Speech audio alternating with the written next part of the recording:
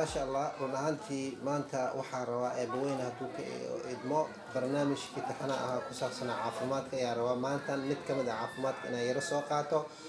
wuxuu noqon doonaa caafimaadka maanta inaan ka hadlo aan rabo waxaa weeye waxaa loo yaqaano cholera ama daacun daacunka muxuu yahay intuu ku dhacaa ayaa rabaa inaan ka hadlo daacunka muxuu yahay daacunka cudur halis ah miya ama halis ma ahan daacunka miyuu leeyahay wax sababa muxuu ku imaan karaa ama daacunka daawo miyuu leeyahay oo looga hortagi karo isaga oo qofka isticmaali karo الله الله يا بابا وسلام عليك يا بابا الله الله يا بابا وسلام عليك يا بابا سيدي منصور يا بابا إن شاء الله عشركان ambalansanayn oo ahaa kaloraha ama daacunka waxaa sababo cause daacunka waxaa loo yaqaano Called Feberia cholera bacteria loo yaqaano ayaa sababto ama ayaa sababo daacunka asaga ah marka daacunkan waxa way badanaa wuxuu dhici karaa marka runaahantii marka ay kulal ay tahay oo markaasi waxyaalo fara badan ay jiraan macluumaad fara badan haday jiraan oo markaas ay jilaal ay tahay jilaal oo kale aday tahay oo kale uu dhici karaa asagana sidoo kale wuxuu dhici karaa marka roobka oo da'ayo oo kale meelaha markaasi oo wasakhda badan oo markaasi lagu shubo oo kale ulaacadaha oo kale iyo qashin qubka oo kale waxyaalahaas oo kale ayuu ka dhashaa iyo biyaha meelaha degan oo kale ayuu ka dhashaa kala marka runaahantii waxyaabo fara badan ayuu markaasi keeni karaa wax sababi karaa bacteria xaggay ka dhalanaysa bacteria lagu sheegayo waa microorganisms waa cilmo qabato oo yar oo markaas meesha ay ku jirto wasakhdaas keeni karto qofku markaas xaaladiisa khatar ay gelin karto ama uu ku dhici karo waxaa loo yaqaano daacun transmission sida lagu kala qaadi karaa ama la isku gudbiyaa waa fecal oral disease sida hadda aan ka hadlayno waxaa weeye qofka saxaro afka gaarto ama wasaq afka gaarto qofka bini'aadamka saxaro afka ma gaari karayso laakiin si indirect oo kale uu gudbaysaa si dadban ahaan sidoo kale waxay u gudbi karaysaa waxaa loo yaqaano markaasi cuntada asaga uu cunayo taqsi uu soo duulo kadib raashinkii oo dul saarmo saas inuu u qaato ayaa laga yaabaa kadibna saas ayuu ku qaadi karaa qofka cudurkan asaga ah marka runaahantii waxa way waxyaabo fara badan ayaa jirto oo markaasi oo badan oo cudurkan keeni karo marka insha Allah maanta diirada waxaan saaray oo aan lagu kala qaadi karaa maanta diirada waxaan saaraynaa kaliya fecal oral disease saxaro afka gaarto ama wasaq afka gaarto saxaro afka ada u jeedo ma gashanaysid laakiin indirect ahaan si sarbeeb ahaan ayaa markaas ay kugu imaan karaysaa toqsi ayaa soo duulaya raashinka oo feednaa oo raashinkaas ayaa markaas saxaro ayuu ka soo duulaya raashinka ayuu dul saarmaya adin uma jeedo laakiin ilmo qabato ayuu wada oo markaas microorganism kadib cuntadaas ayuu saaraya kadibna afkaaga saas ayaa ku gelin karaysaa hadana cudurka saas ayuu kugu dhacaya ama shubanka qofka daacunka qaba ayaa shumay raashin ayaa dhigata agtiisa raashinka ayaa cunaysa badanaa waxa ay sameeyaan dadkii isbitaalada oo marka bukaanada oo kale u imaadaan raashin ay soo qaataan ayagoo la joogan oo kale kama ag fogaanayaan waxay sameynayaan agtiisa ayay ku isticmaalayaan agtiisa ayay ku waxaa laga yaabaa inuu qofkaani xad ma lahan dareenna ma lahan inuu shubmaa laga yaaba kadib taqsiga uu soo duulo dad raashinka uu cunayo saas uu ku taabto qofka asaga qof kale inuu saas ku qaado marka xaaladiisna waa lagu kala qaadi karaa okay sign and symptoms waxa loo yaqaan astaantii lagu garan lahaa qofka hadduu qabo daacunka maxay tahay ayaa hadda ayaan ogaanaynaa tusaalaha waxaa weeye water stool horta saxarada qofka ka imaanaysa inay ahaataa saxaro biyo eg inay ahaataa rice sida bariiska oo kale appearance inay u muuqataa water yani biyaha bariiska laga miirayo oo kale inuu akaadaa shuwankaas isaga ah okay tusaale ahaan waxaa ka mid ah qofkaas intaas hadduu noqdo shuwankiisa waxaa leenayahay ninkan waa daacun xaaladiisa waa khatar in markaasi goob caafimaad la geeyo oo centerka u dhow caafimaadkii in lala ordo okay sidoo kale maxaa lagu garan karaa waxaa lagu garan karaa vomiting wuxuu la imaanaya uu mantaqaya hor iyo gadal ayuu noqonaya qofka isaga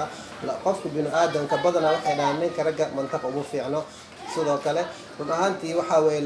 rag ha ahaado ama dumar ha ahaado labada hor hadduu markaas ka fuuq baxo waxay lamid tahay isagoo dhiig baxay oo kale ayay lamid tahay hor iyo gadal hadduu noqdo marka waxaa kale ka mid ah lagu garan kara severe cramps يعني محا إيمانايو على المجير بان أي إيمانايو وحي بكتيريا قشينك علوش كوجري دن أي أسكو إيمانايو قفكي وعلى قمنا قريانك وحاسو دون وكيني كرا البكتيريا سدي إشكاشتان كده قفكي وحو نقنا علوش يسحبكم مصارمات روالو قد يايا رب أيا لسيني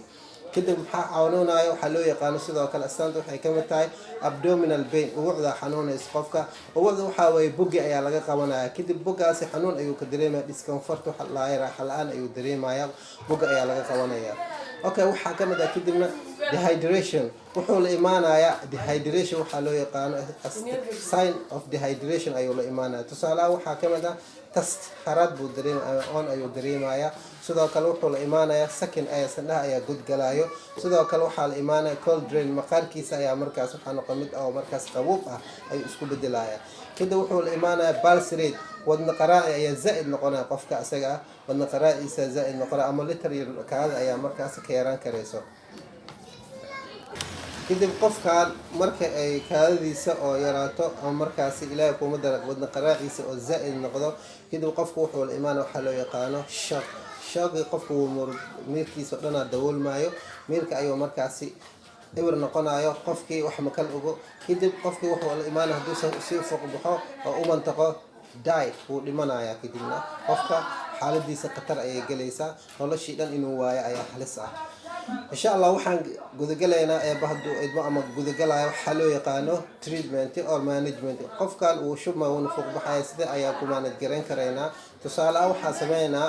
kow qofka markuu isaga saas yahay aw aarisaa la siinaa aniyo iv fluid ring lactate waxaa la siinaya waxaa loo yaqaano faleebaa la siinaya oo cusbo ah ayaa lagu xirayaa kadib faleebada cusbada marka lagu xiro maxaa loo raacin karayaa يعني وحاس وحا كينا واسدا هورني وشي waa bacteria iyo goryaan uu keeni kara kadib waxaa loo raacinayaa metronidazole IV ayaa loo raacinaya waa la siinaa qofka asaga falaabada zaid ayaa loo furayaa falaabadii inta daqiiqo ay soconayso inta ay ku dhacaysana waa xisaabinaysaa meesha ayada ah kadib qofkan marka oo la siiyo intaasoo idil haddana waxaa la siinaa waxaa loo yaqaano haddii ay ku dhowdahay sidoo kale ceftriaxone ama markaas waxyaalaha antibacteriyada ah ayaa la siinayaa sidoo kale ciprofloxacin waa siin kartaa infusion ah ayaa ku xiraysa si markaas bacteria caloosha ay ka jirto ay u baaba'do qofkan xaaladiisa markaasi inay naqso ay soo laabato ama shubanka uu ka istaago oo u samaysid waxaa loo yaqaano first aid u samaysid gargaarka degdeg ah okay inta haddaan ka gudubno markaasi intaasi waxaan gudagalaynaa tusaale ahaan qofka asaga markuu si fuuq baxayo oo daawooyinkaas aa siiso waxaa siin karaysa haddana waxaa loo yaqaano ORS waa rehydration salta ayaa la ORS waxay soo celinaysaa qofka markuu fuuq baxo dhicanka ay ku soo celinaysaa waa saas cusbadana sidoo kale macdanka jirkiisa ay ka baxday u soo celinaysaa tamar ay u yeelaysaa qofka oo markuu fuuq baxo marka saa oo kale waa in loo fahmo ayaa wanaagsan kadib maxaa sameynaa hadda waxaan gudagalayna waxaa loo yaqaano brefation muxuu yahay waxaa la brefation give health education qofka markuu kasoo kamo waxaas oo dhan waxaa la siinayaa baraarujin caafimaad sidoo kale waxaa leeyahay hygiene and sanitation iyo nadaafadaada ilaali nadaafada markaas deegaanka iyo meesha aad degan tahay biyaha hadduu markaas fadhiyo biyihii ka kaxay meesha kaliin ka dhig oo nadiif ka dhig sidaas ayay ugu badbaadi karaysaa bacteria hadhow kuma dhalanaysa meesha ayada ah كده وحاليا wash hands before food intaadan cunin cuntada gacmaha iska dhaq si fiican iskaga meer saabuun ku dhaq sidoo kale saabuunta loo yaqaan Dettol oo kale aad ay u wanaagsan tahay ama saabuunaha qaadi ah oo kale inuu qofka iska isticmaalo kadib suuliga markuu gala qofka suuliga markuu ka soo baxo saabuunta inuu ku dhaqdo gacmihii nadiif iskaga dhigto kadibna waxa weeye markaasi use boil drink water yani karkari biyaha isticmaalaysid ama qofku waxa leeyahay karkari biyaha isticmaalaysid badana ceel hadduu yahay biyaha waa inuu karkariyaa hadduu webi uu kasoo daaranayana waa in la karkariyaa chlorine iyo waxyaalaha antibacteriada oo kale in lagu dhex daro dan kadib biyihii clean uu noqdo saas ayuu qofkaasi uu badbaadi karaa insha allah asxaabi cashirka maanta halkan ayaan kusoo meeraya eebaweyne hadduu idmo waxaa idinka tegaya saas iyo nabadgelya haddaa ku cusub tahay janalkan subscribe saar dambalay furo like share sheegala asxaabtaada